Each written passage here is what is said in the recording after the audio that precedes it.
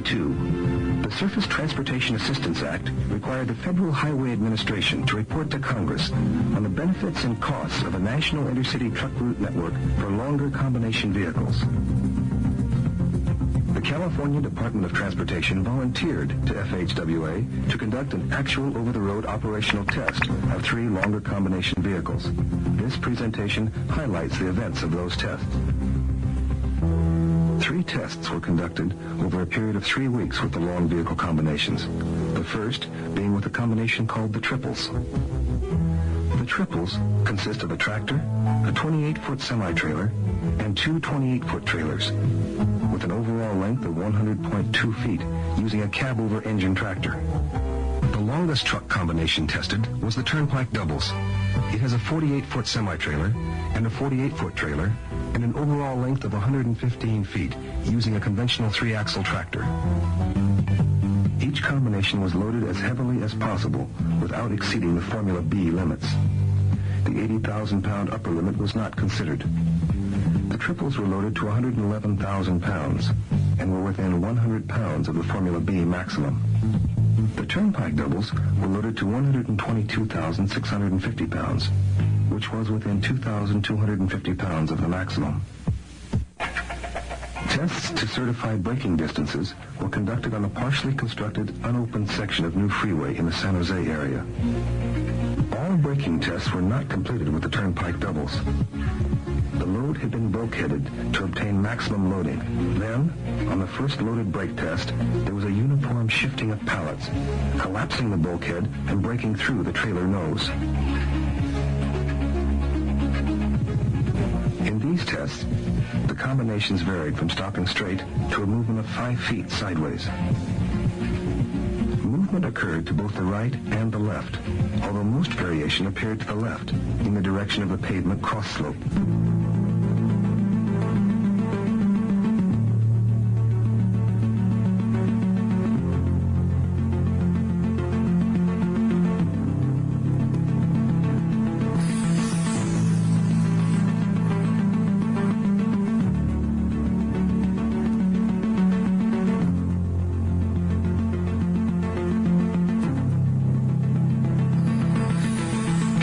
Offered to conduct the on-the-road operational test because the state has all the diverse conditions through which long vehicle combinations could potentially operate.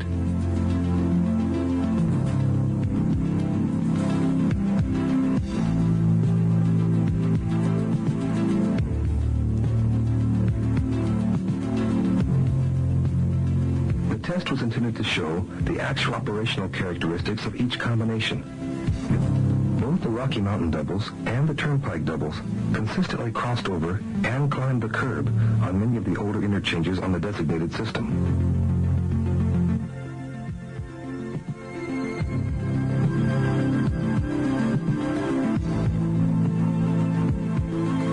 It was not unusual for one tire of each rear dual to ride the top of the curb, with the other tire being suspended in the air. This situation would create significant pressure on both the tires and the curbs, creating the potential for very rapid curb deterioration and tire blowout.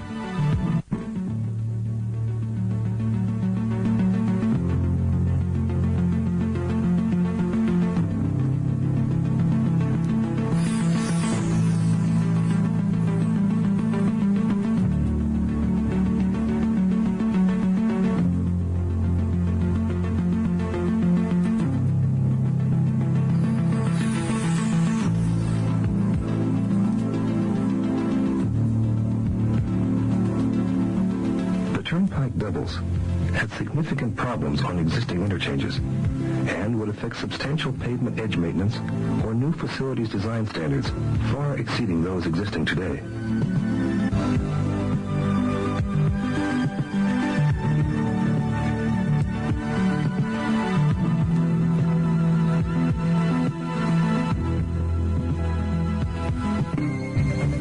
Was conducted to see how the combinations would operate on the open road with only minimal interference from other traffic. The biking driver was instructed to drive normally. All level open road tests were run at 55 to 60 miles per hour. The operation of the triple trailers over the open road produced some of the more notable results of the test. There were extended periods of constant whip and sway. The sway effect produced a constant 4 to 6 inch total sideways displacement movement of the middle portion of the trailer combination. The trailer combination had a sine wave, or serpentine appearance, with maximum movement occurring between the second and third trailers. There was generally little apparent sideways movement of the rear of the third trailer. The serpentine action was particularly noticeable on I-580 and I-5. This 125-mile stretch of freeway consists of a modern design standard 4-lane freeway in rolling or flat terrain in totally rural areas. There was no noticeable wind, minimal traffic, and no apparent physical deficiencies of the roadway. The loaded trailers were in a constant serpentine movement during the run of this entire segment. There were times when there was no sway movement of the trailers. However, it is estimated that some sway occurred for over 75% of the total mileage of the test. At times, the whip and sway motion approached the 8 to 12 inch sideways motion for extended periods of time. There were also isolated incidents where the sway greatly exceeded 1 foot and approached the 3 to 4 foot range. There was considerable speculation about what could be done to eliminate the problem, with little success. But it was agreed that it was important enough to be investigated thoroughly. The turnpike doubles, and to some extent the Rocky Mountain doubles, had some difficulty entering and exiting the Viking Yard in Modesto. The facility is on Crow's Landing Road, a 4-lane arterial, with a striped dual left turn lane and a curbed 30-foot wide entrance and exit.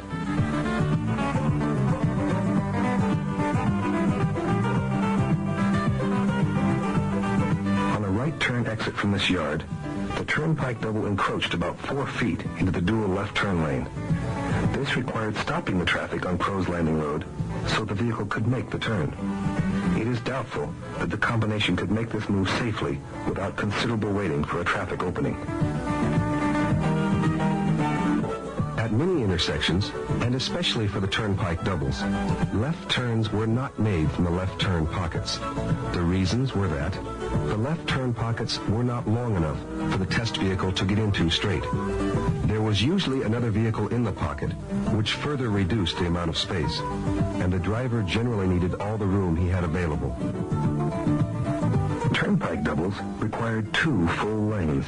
This encroachment would usually result in waiting for the truck or the other traffic.